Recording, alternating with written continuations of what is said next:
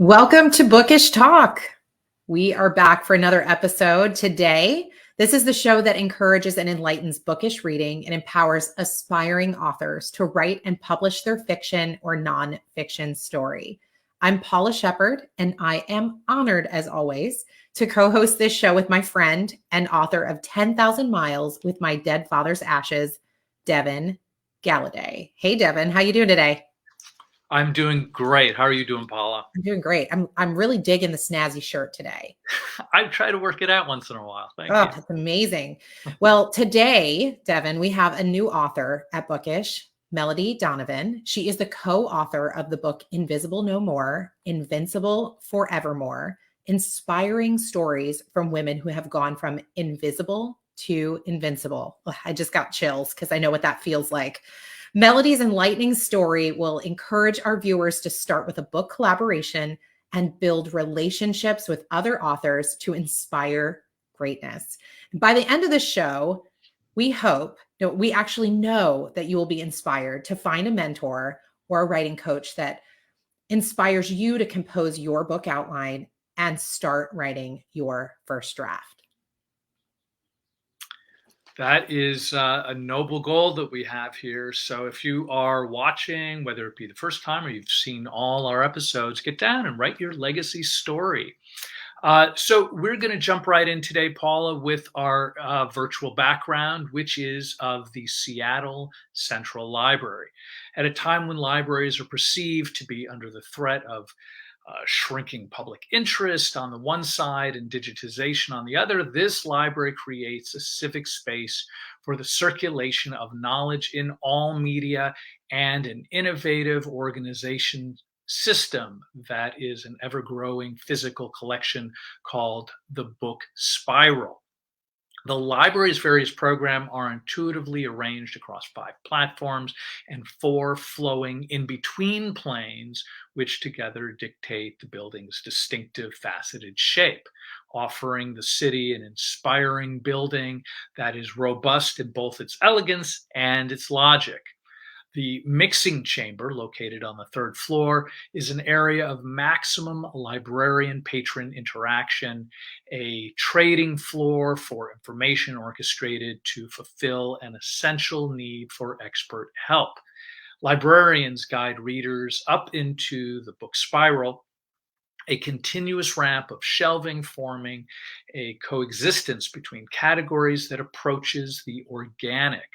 Each evolves relative to the other, occupying more or less space on the spiral.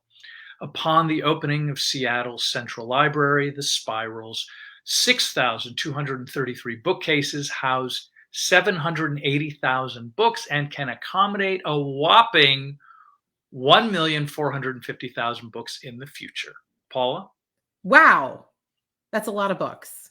That's a lot of books. And I'm wondering if they're all individual or if they're duplicates there. So one will never know. I don't think so. I'm not going through almost 1.5 million books in the future.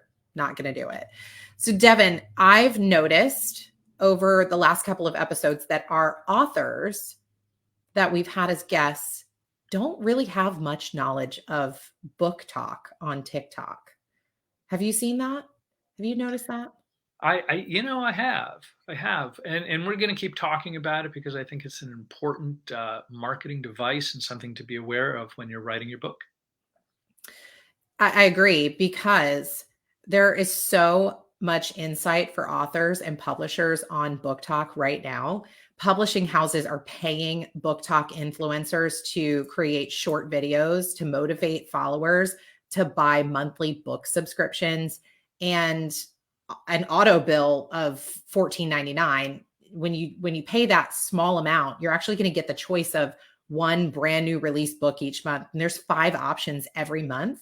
And they always span a variety of interests, from rom-com and literary fiction to thrillers and memoirs.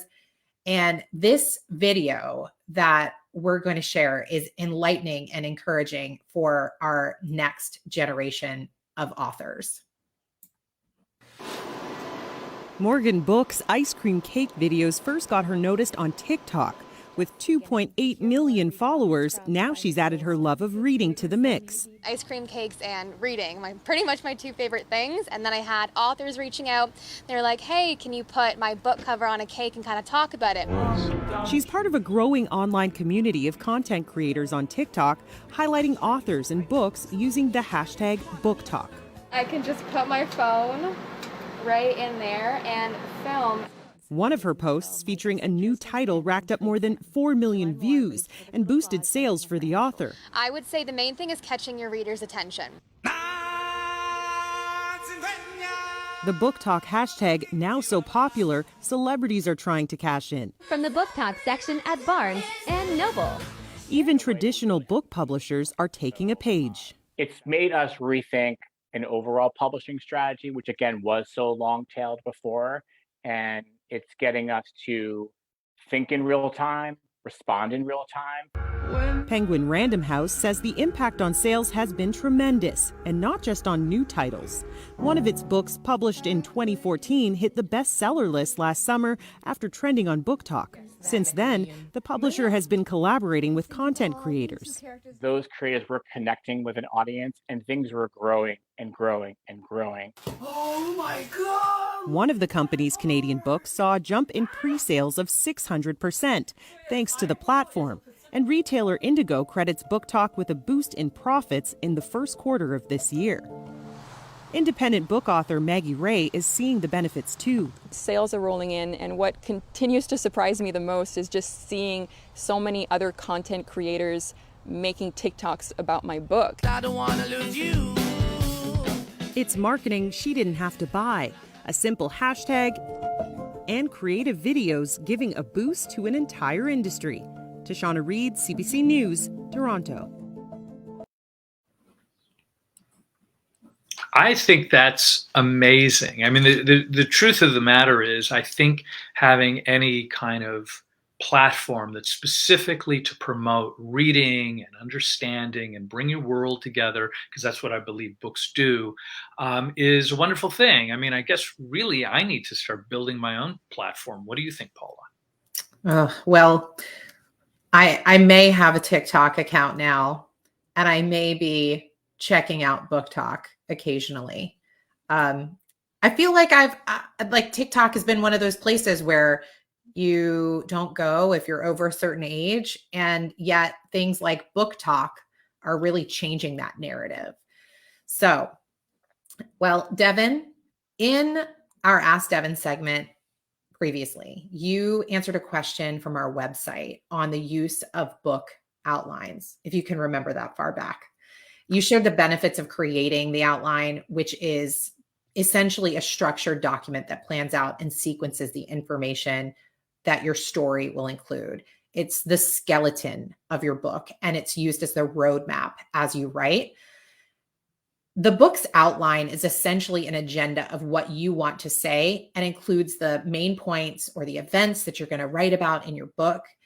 And if you want to build a house, you use a blueprint. In football, the coach puts together a game plan. Writing an outline for your book serves the same purpose. It's a guide that you can follow to write your book. And if you missed the show, you can watch episode 10 on demand at E360 TV. Devin, our next question is from our viewers. After writing my outline, how do I write my first draft? Quickly is perhaps one way to look at it. And I know that I have a limited time before our commercial break, so I'm going to jump right in, Paula. Many writers find it hard to start writing. And once they do start, after writing a few sentences, they stop and immediately rewrite those sentences until they're perfect. This is a type of procrastination. But because it involves writing, it's a hard habit to recognize, to break. And so there are no hard, fast rules for any of this. But here's some steps and some ideas to kind of get yourself rolling. Remember, Paula, the first draft is supposed to be imperfect. It's about getting ideas down. So try not to focus well on perfect. So number one, outline your core topic. Develop actually that is a board that we're going to look at later today, but develop a broad framework that you can modify and add further detail with later drafts. Write a summary of what, who, how, where, when, and why. Don't try to write perfectly. It's going to be my mantra here. Stick to just writing notes, headings, bullet points, and that will help you understand what direction you're going with your writing. 2, identify your audience. Think of an avatar. An avatar is sort of a culmination, a composite, if you will, of like what your ultimate audience is going to look like. In other words, if you want to write a book that's geared toward women in their 40s, as an example, then come up with an example of who that exact person is and use them as well your inspiration, the person that you're going to communicate with, because that's who you want to attract. So consider why they would be reading your book, what they may already know, what do they need to know, and ultimately just focus on your target audience. Number 3, plan a pre-writing. And pre-writing is just thinking, note-taking, outlining, summarizing, mind mapping, brainstorming, and question asking needed to develop your core topic. Pre-writing is where you're focused on the big picture while writing your first draft. Include handwriting and drawings and diagrams on a whiteboard. It doesn't really matter. One of the things I do is I record myself talking about my book, because you can just speak faster than you can write. I use otter.ai. That is not a sponsored anything. It's just something that I do. And so anyway, we're going to have more on our list, but we're going to jump to commercial. So we will be right back with the rest of the list. So I decided I was going to move to Paris, and I was texting my half-brother who lives there. He's a journalist, and I was like, can I come stay with you?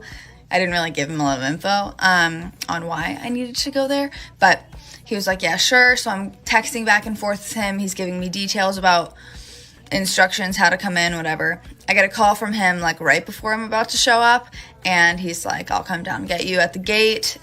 He lives in an apartment complex building situation.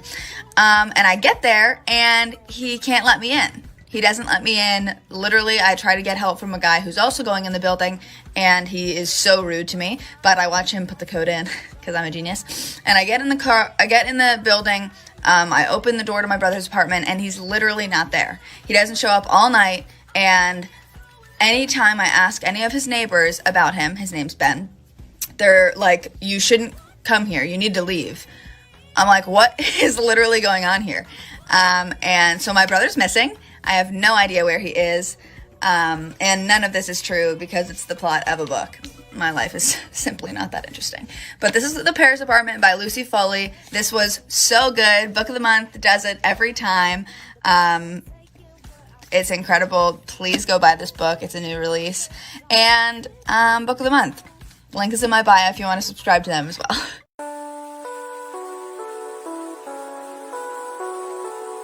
An empowering quote from Nelson Mandela stated, "The greatest glory in life lies not in never failing, but rising every time you fall."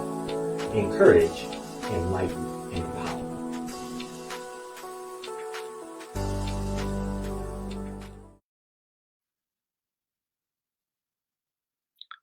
Welcome back to the Writer's Corner. If you're tuning into the show right now, Devin is sharing the 8 steps to writing your first book draft. He's already shared steps 1 through 3, but now we're going to continue with 4 through 8. Devin? Thanks so much, Paula. So yes, we've already covered the first 3. Number 4 is make a mess and clean it up later. This sounds like something that I would have done in my room when I was 12.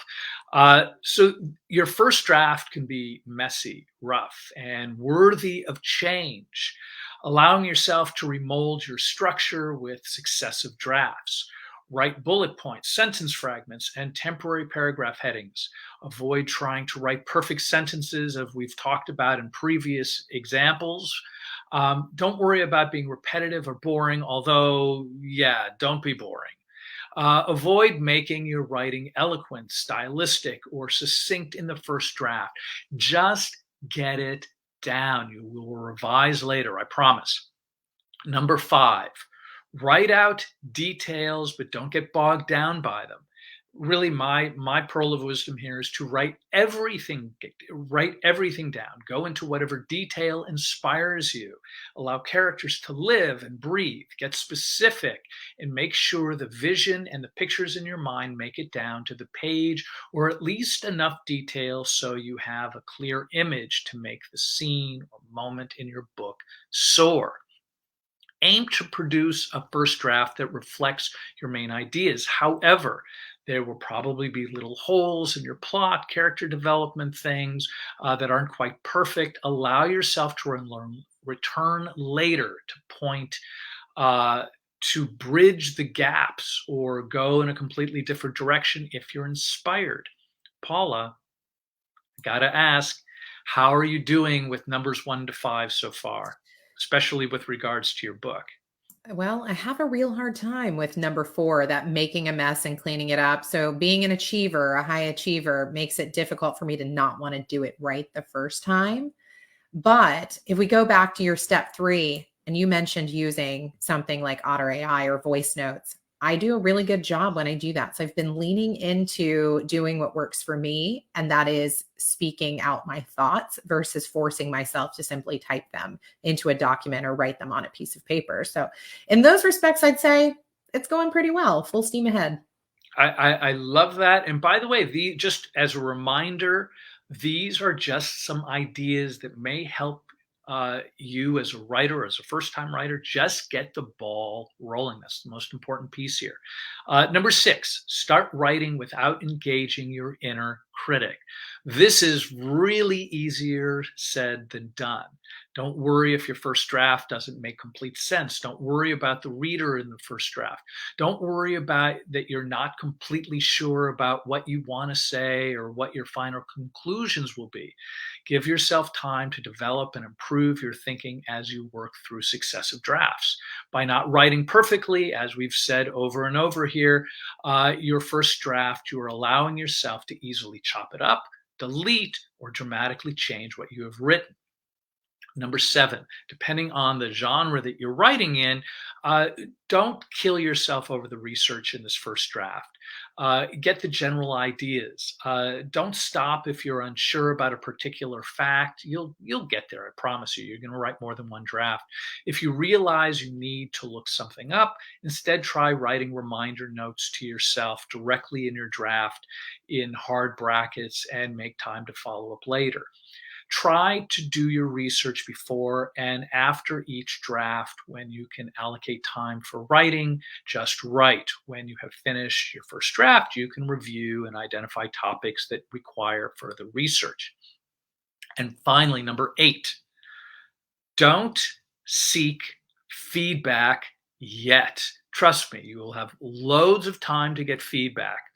When you finish your imperfect draft, I recommend holding off on letting others read it. Instead, throw it in a drawer, put the file on your computer in a little folder somewhere. Wait a week or two. Return to your key ideas and summary points that outline your core topics with fresh eyes. The extra time will give you a little bit of needed distance from your work. Offering it to someone too soon or to somebody not capable of seeing beyond a flawed first draft may hurt more than it helps. And just in my own personal case, I sent out a draft that was filled with typos, and then one of my readers spent their entire time talking about the problems of my grammar, which is fine, but it kind of wastes their time and it kind of wastes my time. So just a thought, keep that in the back of your mind. Now I want to talk about my outline, because we talked about it last week. And I flashed a picture. There it is. That's actually my real personal, it's actually 2 book outlines. So if you see on the blue in the bottom, that is for me an entire book. All the blue denotes that it is, sort of like in outline form. Each one of those Post-it notes gives a different chapter summary. like I might write 2 or 3 words. I know exactly what it is in my mind, sort of like the direction that I want to go. I've given myself a lot of space to sort of like make changes or delve into ideas that maybe I wasn't necessarily intending to when I wrote that Post-it note, but they're all in order, sort of like at least the way I have it in my mind. The reason why they're on Post-it notes rather than in something more permanent, so to speak, is the other book that I'm currently working on is at the top, that's in the yellow and the pink. So it's still in order, but you'll notice that some are pink and some are yellow. That's because it tells me what chapter is in what stage of completion. The yellow is third draft and beyond, and pink is second draft. That means I'm still flushing out some ideas.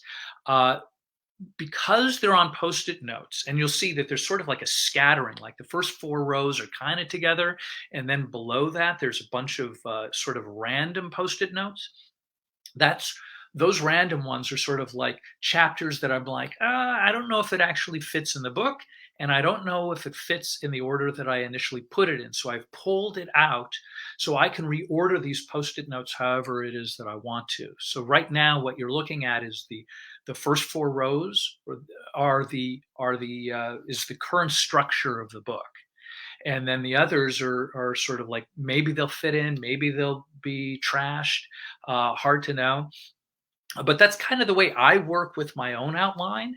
And it works really, really well. And then of course, when I get to sort of like, I think this chapter is done, I will move it to green. I know, I'm a nerd. Oh, I love the Post-it notes. I really love the idea of moving them and the different colors and what they mean. And I also really like when I'm looking at this visually, Devin, that you're demonstrating to people that everything doesn't need to be in the same stage at the same time. And I think that's a really important consideration, is that I don't think, writing is a creative process. I mean, yes, we have organization, we have structure, we have, an intellectual side to it, but a lot of it is I'm trying to get my creative juices flowing so I can create something that is artful and that is meaningful and that is true. And sometimes those things don't happen in the order I want them to. It would be great if I said, yes, I worked on chapter 1 and now it's fantastic. And now I'm working on chapter 2 and it's fantastic. And chapter 3, it's fantastic. That's not the way it works for me anyway. Frequently, I will get my best ideas when I'm doing the dishes, when I'm taking a shower, or when it's 3 o'clock in the morning. And so what I frequently do is I will carry a notepad with me, or even some, like I have Post-it note, like little blocks in every single room of the house. Because if I have that idea, what I've noticed is, let's say I have that clear idea in the shower. As soon as I get out of the shower, I'm going to write this thing down, or I'll wait 15 minutes, or I'll dry off and all that other kind of normal things. And then I'll write down the idea. I guarantee you, by the time I spend those 15 minutes taking that clear idea in my brain, if I wait 15 minutes, that idea almost certainly is going to be lost. So what that means is I have to kind of overall strike while the iron is hot. I have to grab it when I can. So what that means is, once I have my outline intact, I can start from whatever Post-it note or whatever chapter I want to, because I already know what the order is. I already know what the premise is. I already have a basic foundation of what my story is. So starting, in chapter 11 first doesn't matter, because, again, maybe chapter will be there in the big picture, maybe it won't. But the point is that when I'm really finding some inspirational moment, I want to capitalize that, and I want to make sure that I grab all of those ideas that are floating around in my brain before they go away. I've certainly had those moments, taking a walk and thinking, oh, I'll just jot a note down, and then when I get back, I'll write it out. I'll flesh it out. And it never is the same as it was when I first felt it. So I love that you are talking about how you have to strike while the iron is hot when that idea comes, to get it out of your head when you can, and then to work on the thing that feels right and most important in that moment when it comes to the specific chapter that you're working on. Great amazing, amazing tips. And I love your organization style, Devin. Thank you. And one more piece is that striking while the iron is hot, so to speak, is actually fun. There's a certain gaming to it where I'm sort of like almost trying to out trick myself. So I grab every good idea I have as they happen. Yes, once in a while, do you walk out of the movie to write down an idea? Yes. Do you sometimes you're having dinner with a close friend and all of a sudden you have this idea in a moment? You're like, I have to pull out this, I have to write now. I have to write this thing out in this moment. So I apologize, and you can do that. And that's what we do. So anyway, I am so glad that you are on this road with writers in the world, Paula.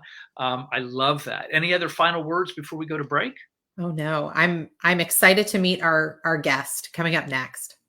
Yeah, no. So when we come back from break, we will. Ayan, a young author, 13 years old, in 8th grade here in Capel. Ayan, I know you have some advice for a young author. So what is that advice?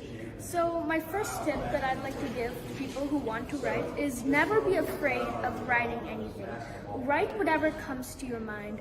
Now, when I started writing in 3rd grade, my first stories weren't amazing. They weren't perfect. So whenever I'd read other people's books, authors who were published, authors who were older, I would feel discouraged because I think that I wasn't writing as good.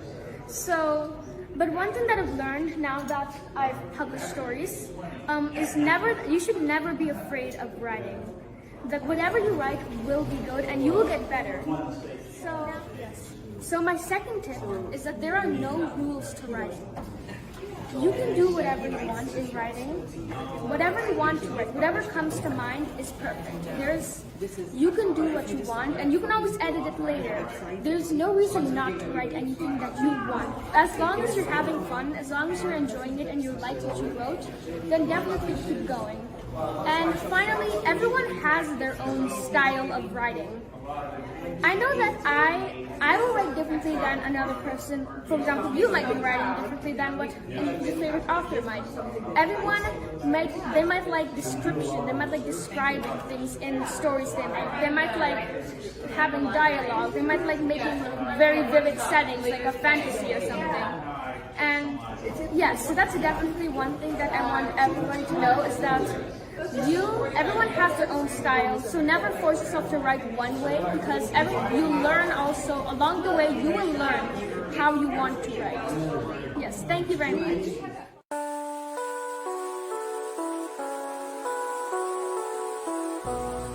Maya Angelou stated, "The life is not measured by the number of breaths we take, but by the moments that take our breath away.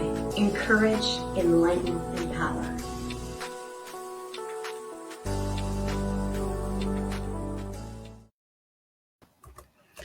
We are back. Wow, I'm so excited. This has been a great episode today. I'm really enjoying it. Sitting in the background there, like I get to see everything going on.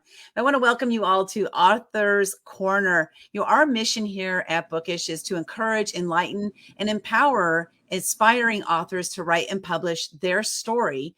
Our empowering author today is Melodie Donovan, co-author of the book Invisible No More, Invincible Forevermore, inspiring stories from women who have gone from invisible to invincible. Hey, Melodie, can you share with our viewers who encouraged you to co-author this book, and what were some of, maybe you had some fears or insecurities, doubts, or writing habits that you overcame to become a published author?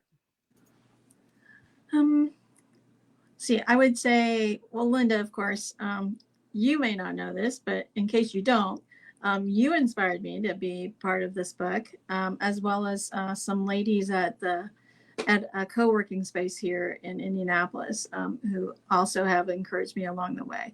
And then, did you have any fears or insecurities in getting started in writing? Yeah, I'm trying to. Well, yeah, of course. Do I really have anything important to say? What can I say that can move and inspire other people? Is my writing good enough to share with others? Those were a lot of the fears that I had. So how did you work through those fears? It sounds like maybe like a little bit of imposter syndrome might have been showing up. So, but what was it that was helped you to keep going? Because did you know that only 3% of people who write a book ever even publish it? So you took that final step that a lot of people don't do. So what was it that helped you to move through that? Well, I think a lot of it was just the other things of I have two boys who have gone on to do some amazing things, and the things that I always told them growing up is that they could do anything they wanted to do. It may be a lot of hard work, and they might get told no, but don't tell yourself no. Always let the other person, whether it's an audition or a project or something, make them tell you no. Don't tell yourself no, but you have to put yourself out there. And so those words kind of always came back into my mind, and my boys probably had even told it, thrown my words back at me too. So to just go out and that's my turn, go out and do the things that you've encouraged us to do. That's awesome. I love it when your own words get thrown back at you, right? Right. Did I really say that? Are you sure I said that? Right. So why don't you share with us a little bit about your chapter in the book, Invisible No More, Invincible Forevermore? So my chapter is chapter 18, and the title is called Believe in the Underdog, because it might just be you. And this is what I realized going through an intern position at the age of 56. And part of the thing is to meet members of the group and to tell your story about yourself. And basically, I was from a small town and very conservative area, especially my father, who just really thought that women didn't need to go to college. They should just get married and stay at home and have babies, and that's it.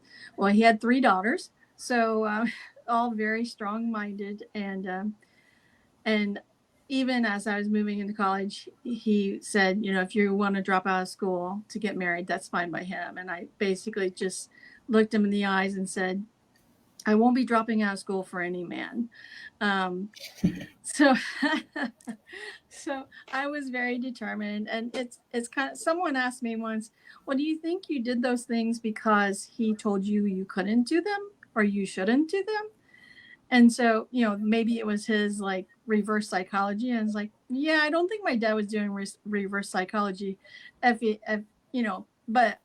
I truly do things when people tell me that I shouldn't do them and I can't do them for whatever reason. So I usually set my heels in and ready to show them that I'm going to prove you wrong. Hi, Melodie. Thank you very much for joining us today.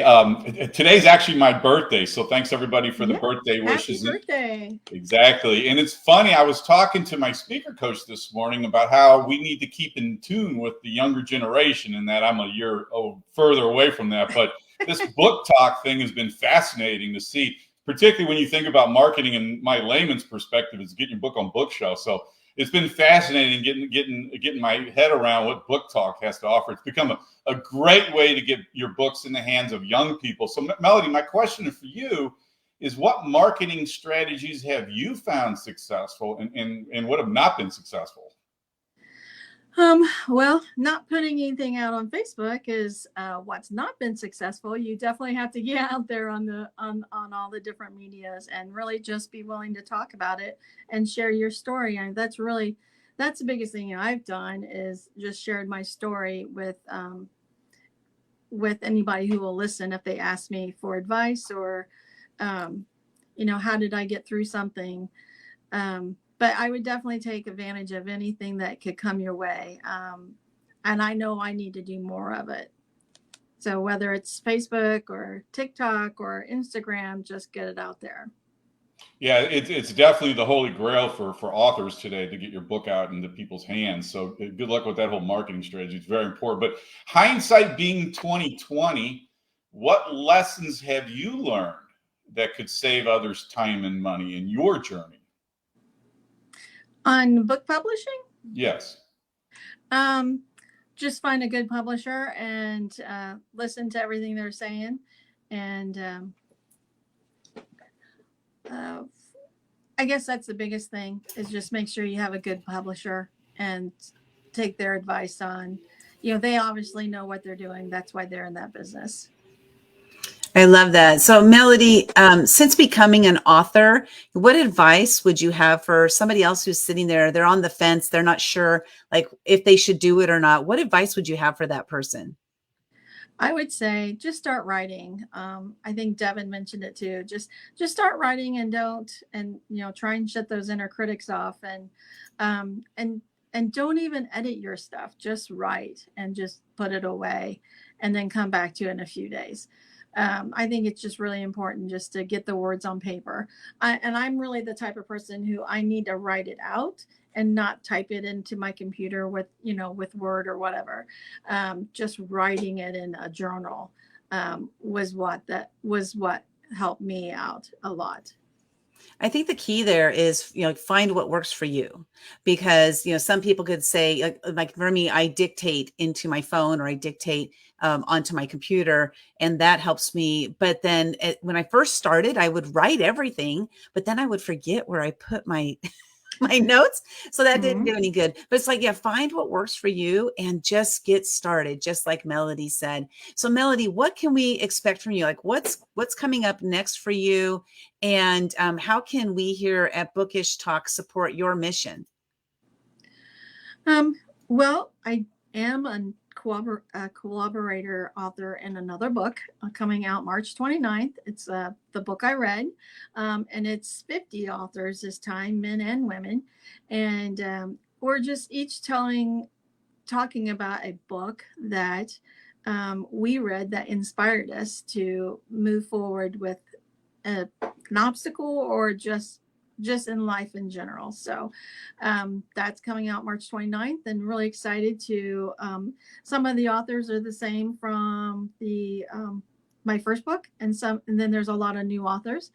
And then how can you guys support us? Yeah. Go out and buy the book. It's out there. It'll be out there. Even if it's just a Kindle version, every little bit helps. All the proceeds go to a nonprofit. I'm not sure if we've decided on that nonprofit yet, but for this book, the Invisible No More book, all the profits went to Dress for Success. So, which is a great organization empowering women to get past their obstacles and start again, and helps them get jobs and get clothing and interview skills. So it's a great, Dress for Success is a great organization. And if you haven't bought the book, you should. A lot of great stories. Yeah, thanks for sharing that. Now, so you have the 2 collaboration books you're in. What would you say that is maybe the thing that you've learned the most about being in collaboration books, or what's the advantage to being in a collaborative style of book? I think the biggest advantage is, especially if you're a first-time author like me, you don't have to write a whole book. I just had to write a chapter. And so at least it gets you out there and get your feet wet. You get to meet a lot of great people. The other authors are just amazing and their stories are amazing. And so just getting out there and in a community of like minds has been really great. And it's our group is all over the United States and even in a couple of countries. And so it just has been really great getting to know them, even though we're only chatting through, Zoom or text messages, Messenger and stuff. So just getting all the new friends and learning a lot from them. I have a quick question, if I could, Melodie, as well. Yeah. To me, the most exciting thing about writing was getting a book in my hands. What did that feel like for you when you finally got the finished product in your hand? How excited? Let us know what it's like to actually have the finished product in your hand. It's you have all these emotions. You're excited and you're it's surreal. It's like, I can't believe I did this. And it's like, this is just crazy. I can't believe I just did this. And very exciting. And so I will have to say I'm a little bit introvert, so this is me being excited. But it was a great feeling coming into, getting that box on my front door and opening it and seeing it and holding it in the hand. It was just an awesome feeling and unbelievable all at the same time. That's awesome. I love it. So through the journey, as you were writing because it's a chapter, right? So I want to hear from you, what was the experience like, writing a chapter? Was there any transformation for you yourself? Was there any, I know you expressed that there were some fears and stuff, but what was it like actually writing that chapter? Did you have any transformations that occurred or realizations that came up through doing that? Well, I did. And the realization was when I saw it on writing and, even as I was telling the story and then wrote it down and went back and edited and fine-tuned it, it was like sometimes you get stuck where you're at. And, I have been, the last couple of years has been a real struggle in my current career. And so to actually go through this process during that time and go back and read where I started, like where I grew up, where I came from, all the little hurdles of going to, graduating from college when my dad said I shouldn't even be there. Even something as little as that up until the present day, it just brought everything back to forefront. Look at everything I've accomplished. Look at everything that I have done and why I may be struggling right here in this moment with this job, that I will get past this too. So it was kind of an encouragement, and I'm starting to tear up here. And as far as like the impact of mentoring my boys, and for them to use my words against me is how I say in the book, but in such a great way to inspire me to like, hey mom, this is why you told us, why don't you do this for yourself? So that was a transformation. I love that. Oh man, I could feel your emotion, from that. And how cool is that, sitting down you made a commitment to be part of something bigger than yourself, part of this book, sharing these stories. And then it also made an impact for you, but not only for you, but the people who are reading the book, those people who are reading these stories, and we're getting all kinds of messages from people. And so I just want to thank you so much for being part of that, for saying yes to you, which was saying yes to us, and to empowering and enlightening people all throughout the world. Melodie, thanks for being here today. Really appreciate you. Now, when we come back from break, we're going to share our book recommendations for this week. See you in a bit. Thanks.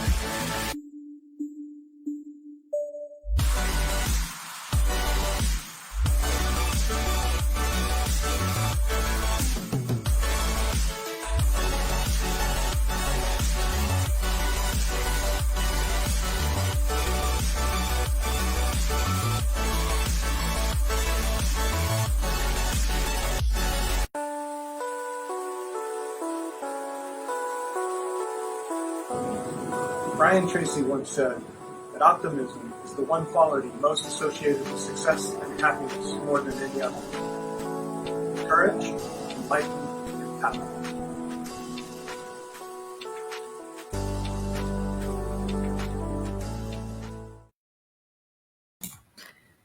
Welcome to the Bookish Club.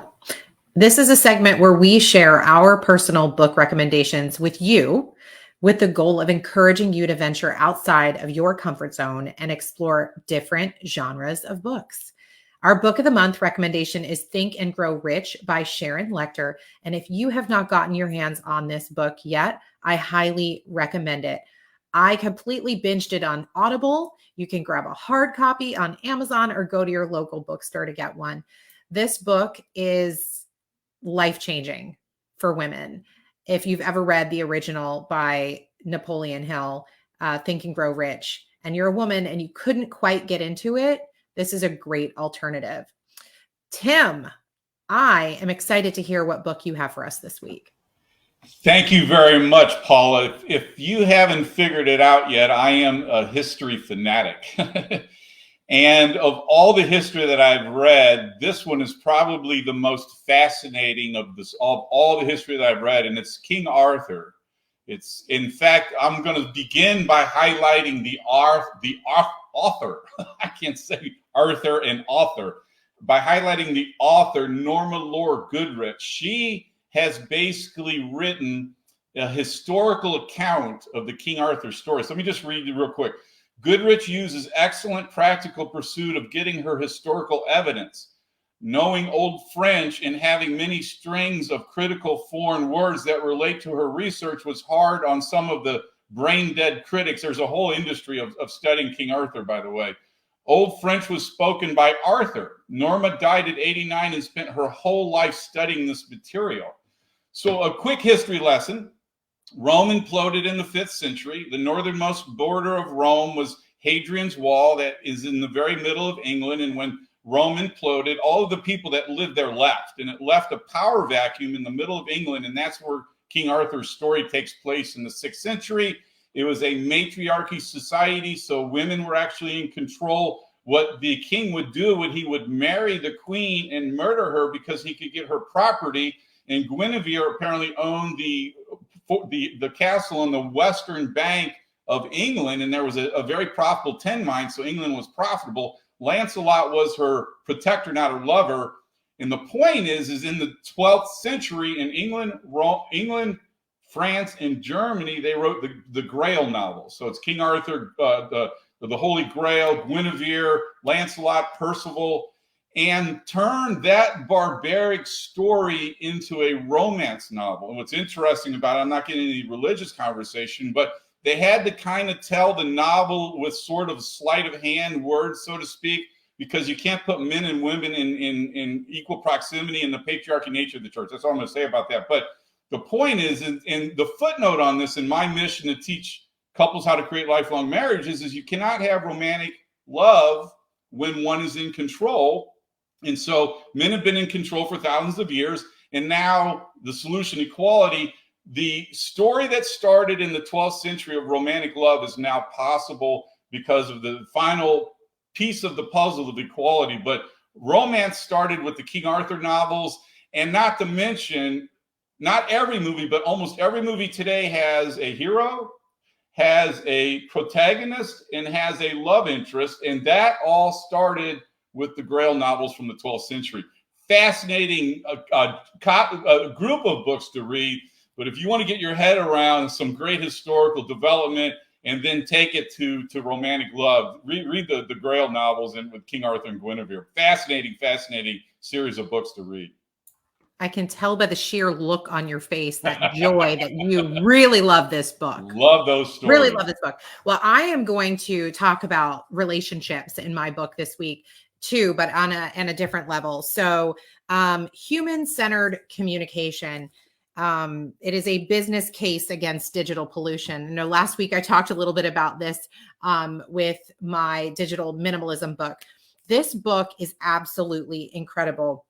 It is by the founders of a company called BombBomb.com, which is all about using video to communicate. And it really helps you to think about the way that the digital world, social media, websites have watered down our ability to communicate person to person and affected deeply our relationships, and how you can actually improve those relationships from a business perspective when you're using, when you're thinking from a human stance. So I just want to read just a little quote out of here that I've marked. He says, "You are a human being. I respect you, and I am here to help you in every way I can." And that quote is in chapter 4, talking about how do you motivate people. And you motivate people by really looking at them as people first and never the thing that they do. So go out and grab this book. It's really a good one. Tim, or not Tim, I'm trying to get Tim to tell us another book. Devin, what's your book this week?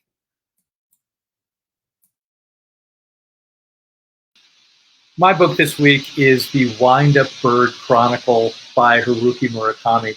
So Murakami is perhaps Japan's greatest export of literature in the United States. He has written tons of books. He is a legend. I love him. I have a whole pile of books over here, and I could have easily done Wild Sheep Chase, as well as the Elephant Vanishes, easily as sort of like a highly recommended book. And maybe down the road I will. But what I loved about the Wind-Up Bird Chronicles, and I think this is true of Murakami in general, is that I think we're very much, certainly in the West, I think we're very much attuned to sort of like writing on the thing that we're writing about. And what Murakami does is he kind of writes around the subject.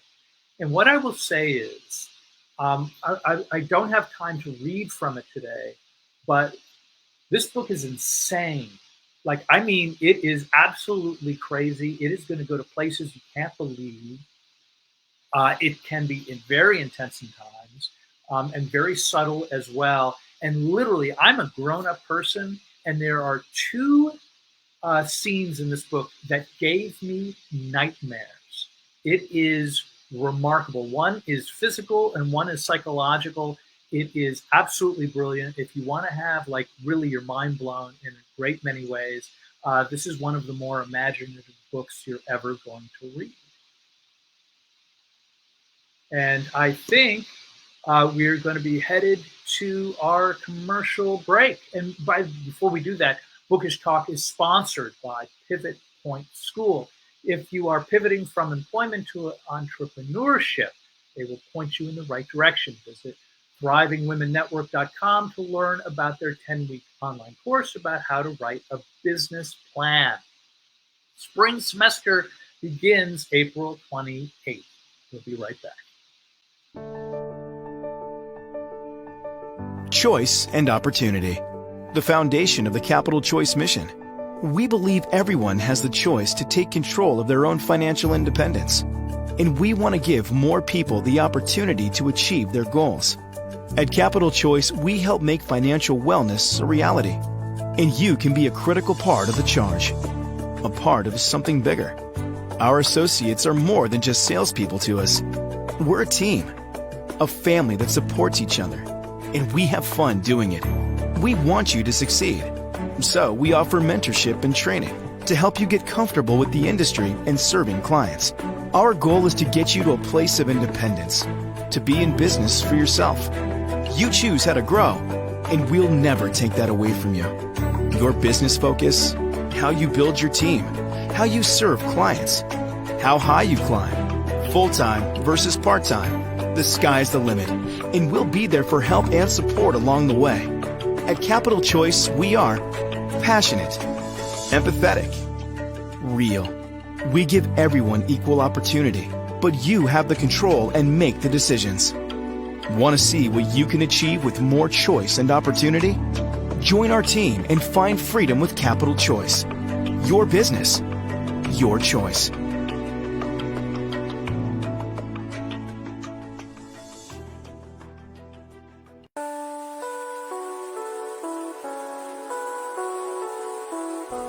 Professional boxer Muhammad Ali stated, "Don't count the days, make the days count." Encourage, enlighten, and empower.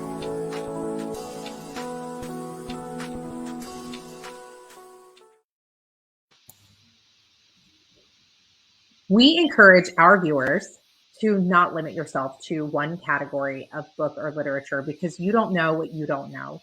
And you might have a passion to read, but if you've only had limited exposure to a certain genre, you might wind up either reading or writing in one that doesn't inspire you or suit your desires. So read from various literary categories, and this is going to allow you to be inspired by new voices and new ideas. Thank you for joining us on Bookish Talk today. We sincerely, as we do every week, hope that something we said encouraged, enlightened, empowered you to begin your journey to write your legacy book. Be sure to join us on Bookish Club and begin the journey to journal. I love alliteration. Tune in next week when we will share more tips on writing your book, how to get things done, and as always, visit us on our website at www.thrivingwomen.com and subscribe or leave a comment or a question on our live chat. That's all for now. See you guys next week.